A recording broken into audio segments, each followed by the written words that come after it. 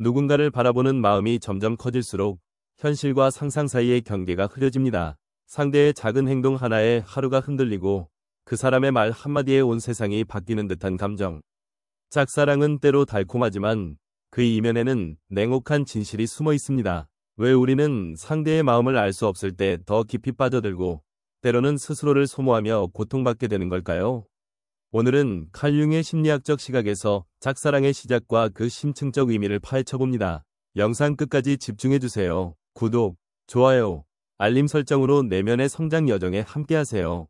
융 심리학에서 짝사랑은 단순한 감정이 아니라 무의식의 메시지이자 자기 내면과의 대화입니다. 융은 인간의 마음속에는 그림자와 페르소나, 그리고 남성 안의 아니마, 여성 안의 아니무스라는 원형이 존재한다고 말했습니다. 우리가 누군가를 강렬하게 좋아하게 되는 순간 사실 그 사람 자체보다는 내 안에 잠재된 이상적 이미지, 즉 투사가 작동하는 경우가 많습니다. 상대를 통해 내 안의 결핍, 욕망, 혹은 성장하지 못한 부분이 드러나고 이로 인해 짝사랑은 더욱 강렬해집니다. 특히 짝사랑이 시작되는 순간 우리는 상대를 현실적으로 바라보기보다 자신의 무의식이 만들어낸 환상과 기대를 더 씌웁니다. 융은 사랑이란 자기 자신을 발견하는 과정이라고 했습니다. 즉, 내가 상대에게서 열광하는 특성은 사실 내 안에 잠재된 욕구나 아직 받아들이지 못한 그림자일 수 있습니다. 예를 들어, 내가 용기나 자유로움을 동경한다면 그 특성을 가진 사람에게 자연스럽게 끌릴 수 있습니다. 이처럼 짝사랑은 내면의 결핍을 채우려는 무의식적 시도이기도 합니다. 또한 짝사랑에는 과거의 상처가 반복적으로 투영됩니다. 어린 시절 부모나 중요한 타인에게서 충분한 사랑이나 인정을 받지 못한 경험이 있다면 우리는 그 결핍을 채워줄 대상을 무의식적으로 찾아 헤맵니다. 짝사랑의 대상은 때로 내 상처를 치유해줄 구원자로 보이기도 하고 내가 이루지 못한 꿈을 대신 실현해줄 대리자로 느껴지기도 합니다. 융은 이런 심리적 반복을 무의식적 패턴이라고 설명하며 짝사랑의 감정이 깊어질수록 과거의 미해결 문제가 다시 떠오를 수 있다고 했습니다. 이러한 과정에서 짝사랑은 현실의 상대가 아니라 내 안의 욕구와 상처, 성장하지 못한 부분이 만들어낸 환상에 빠지는 경험이 됩니다. 상대를 있는 그대로 바라보기보다는 내가 보고 싶은 모습만을 확대해서 해석하고 그 사람을 통해 내 삶의 공백을 채우려 하죠.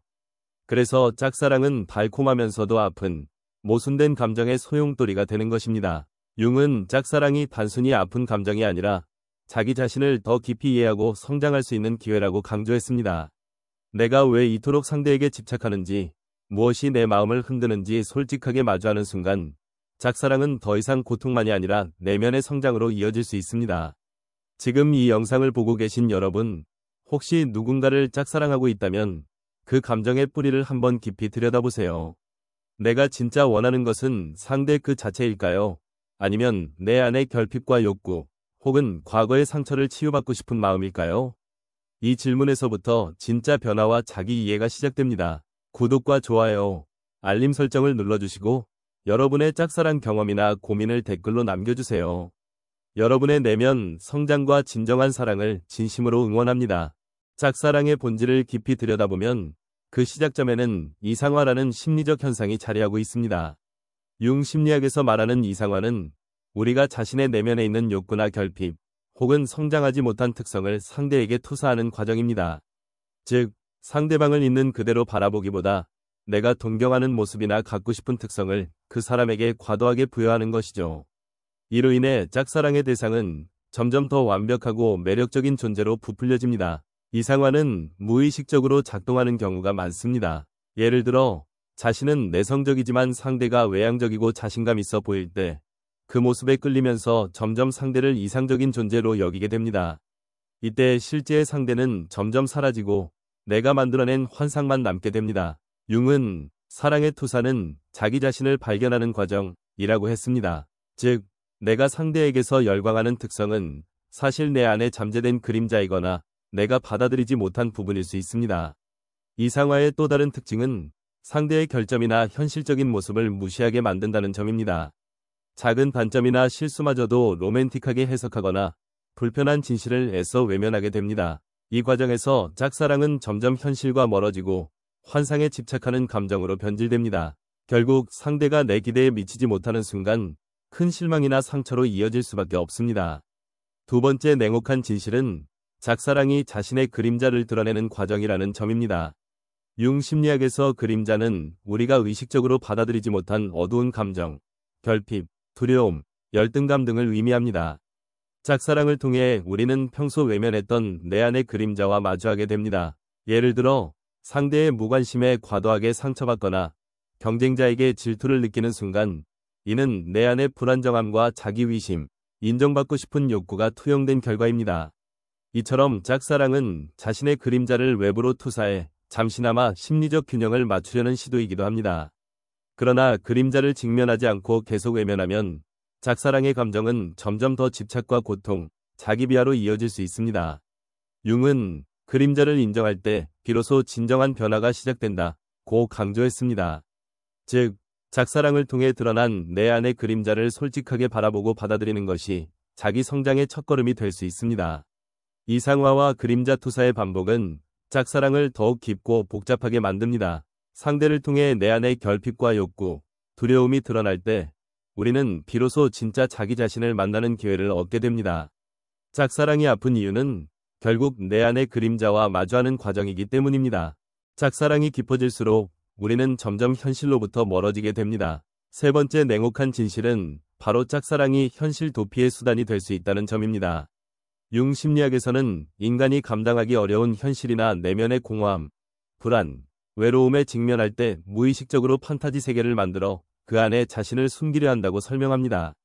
짝사랑은 이러한 판타지의 대표적인 예로 실제로는 이루어질 수 없는 사랑에 온 마음을 쏟으며 현실의 문제를 잠시 잊으려는 심리적 방어기제 역할을 하기도 합니다.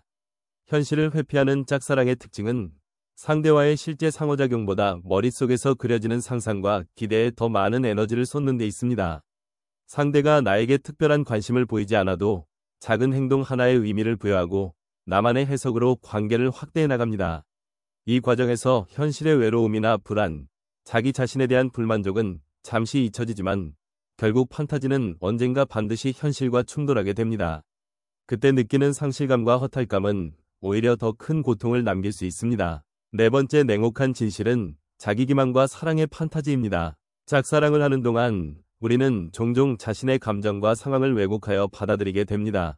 상대가 내게 특별한 관심을 보이지 않더라도 아마 나를 좋아할 거야. 지금은 아니지만 언젠가는 내 마음을 알아줄 거야. 라는 식으로 스스로를 설득합니다. 이런 자기 기만은 짝사랑의 감정을 더욱 미화시키고 현실을 직시하지 못하게 만듭니다. 자기 기만은 때로 자기 보호의 역할을 하기도 합니다. 거절의 두려움, 상처받을까 봐 느끼는 불안, 자신의 부족함을 마주하고 싶지 않은 마음이 복합적으로 작용하여 우리는 현실을 있는 그대로 받아들이기보다 판타지 속에서 위안을 찾으려 합니다. 하지만 이런 자기 기만이 반복될수록 짝사랑은 점점 더 깊은 집착과 고통으로 변질됩니다. 실제로 이루어질 수 없는 관계에 계속해서 마음을 쏟는 동안 우리는 자신의 진짜 감정과 욕구를 외면하게 되고 성장의 기회를 놓치게 됩니다. 융은 자신을 속이는 한 진정한 변화는 일어나지 않는다고 말했습니다. 짝사랑 속에서 반복되는 자기 기만과 현실 회피의 패턴을 인식하는 것, 그리고 내 감정의 진짜 뿌리가 무엇인지 솔직하게 마주하는 것이야말로 자기 성장의 중요한 시작점입니다. 짝사랑이 아픈 이유는 결국 내가 현실을 있는 그대로 받아들이지 못하고 내 안의 상처와 결핍을 판타지로 덮으려 하기 때문입니다. 이 과정을 통해 우리는 짝사랑이 단순한 감정이 아니라 나 자신을 더 깊이 이해하고 변화할 수 있는 기회임을 깨닫게 됩니다. 짝사랑은 종종 아픔과 외로움, 그리고 좌절을 동반합니다. 그러나 융심리학은 이 고통스러운 감정의 이면에 성장이라는 중요한 메시지가 숨어 있다고 말합니다. 다섯 번째 냉혹한 진실은 바로 짝사랑이 단순한 실패나 상처가 아니라 자기 성찰과 내면의 변화를 위한 강력한 계기가 될 수 있다는 점입니다. 융은 인간의 무의식이 반복적으로 특정한 감정이나 관계를 경험하게 하는 이유는 그 안에 아직 해결되지 않은 과제가 있기 때문이라고 설명했습니다. 짝사랑의 감정이 강렬하게 반복될수록 그 안에는 내면의 결핍, 과거의 상처, 혹은 성장하지 못한 자아의 일부가 숨어 있을 가능성이 높습니다. 짝사랑이 끝없이 반복된다면 이제는 왜 나는 비슷한 사람에게 끌릴까? 이 감정이 내 인생에서 반복되는 이유는 무엇일까? 라는 질문을 스스로에게 던져볼 필요가 있습니다. 이 과정에서 융이 강조한 개성화 과정이 중요한 역할을 합니다. 개성화란 자신의 무의식과 의식을 통합해 진정한 자기 자신으로 성장해가는 심리적 여정입니다. 짝사랑은 이 개성화 과정의 한 부분이 될 수 있습니다. 내가 상대에게 투사했던 이상적 이미지 혹은 외면했던 그림자를 다시 내 안으로 돌려보고 그 감정이 내 삶에서 어떤 의미를 갖는지 성찰하는 것이죠. 짝사랑의 대상이 더 이상 구원자 나 이상형이 아니라 나 자신을 이해하고 성장하게 만드는 거울이 될 때 우리는 비로소 감정의 주인이 될 수 있습니다. 또한 짝사랑을 통해 우리는 자기 자신과 더 깊이 마주하게 됩니다. 상대를 향한 집착, 이루어질 수 없는 사랑에 대한 갈망, 반복되는 실망과 상처는 모두 내면의 결핍과 연결되어 있습니다. 이 결핍을 외부에서 채우려 할 때마다 우리는 또 다른 짝사랑의 굴레에 빠질 수밖에 없습니다. 그러나 그 결핍을 인정하고 내 안에서 스스로를 돌보고 성장시키려는 노력을 시작할 때 짝사랑은 더 이상 고통만을 남기지 않습니다. 이 과정에서 중요한 것은 자신의 감정을 솔직하게 인정하고 받아들이는 용기입니다. 나는 왜 이토록 상대에게 집착하는가? 내가 진짜 원하는 것은 무엇인가? 내가 사랑받고 싶은 이유는 무엇인가? 와 같은 질문을 통해 우리는 짝사랑의 감정 이면에 숨겨진 내면의 목소리를 들을 수 있습니다. 그리고 이 목소리에 귀 기울이고 자기 자신을 있는 그대로 받아들이는 순간 짝사랑은 더 이상 아픈 상처가 아니라 자기 성장과 성숙의 출발점이 됩니다. 융은 모든 심리적 고통은 성장의 신호라고 말했습니다. 짝사랑 역시 마찬가지입니다. 그 감정 안에 담긴 의미를 발견하고 내면의 변화를 받아들이는 순간 우리는 한 단계 더 성숙한 자신을 만날 수 있습니다. 이처럼 짝사랑은 단순한 감정의 소모가 아니라 자기 이해와 성장의 강력한 계기가 될 수 있다는 점을 기억하세요. 지금까지 우리는 짝사랑의 심리적 본질과 융심리학이 조명하는 6가지 냉혹한 진실을 하나씩 살펴봤습니다. 먼저 짝사랑은 자신의 내면에 숨겨진 욕구와 결핍이 상대에게 투사되면서 시작된다는 점을 알아보았습니다. 이어서 상대를 이상화하거나 내 안에 그림자를 투사함으로써 현실과 환상 사이에서 갈등이 심화된다는 사실도 짚어봤죠. 짝사랑은 종종 현실을 회피하는 판타지로 변질되고 자기 기만과 왜곡된 믿음이 반복되는 패턴을 강화합니다. 그러나 이 모든 과정은 결국 자기 자신을 더 깊이 이해하고 성장할 수 있는 기회가 될 수 있다는 점도 확인했습니다. 6번째 냉혹한 진실은 짝사랑이 집착과 미련으로 이어질 수 있다는 점입니다. 이루어질 수 없는 사랑에 집착할수록 우리는 점점 더 현실에서 멀어지고 내면의 공허함과 외로움이 커집니다. 상대를 통해 내 삶의 결핍을 채우려는 시도가 반복될수록 짝사랑은 고통과 집착의 굴레가 됩니다. 융은 이런 집착의 심리적 뿌리가 자신의 그림자를 외면하고 진짜 자기 자신과의 만남을 미루는 데 있다고 설명했습니다. 즉, 짝사랑이 끝나지 않는 이유는 내가 진짜 원하는 것이 상대가 아니라 내 안의 결핍과 상처를 치유받고 싶은 마음이기 때문입니다. 이제 중요한 것은 짝사랑의 감정에서 벗어나 진정한 사랑과 자기 수용으로 나아가는 방법을 찾는 것입니다. 첫째, 자신의 감정을 솔직하게 인정하고 짝사랑의 대상에게 투사된 욕구와 결핍이 무엇인지 깊이 탐구해야 합니다.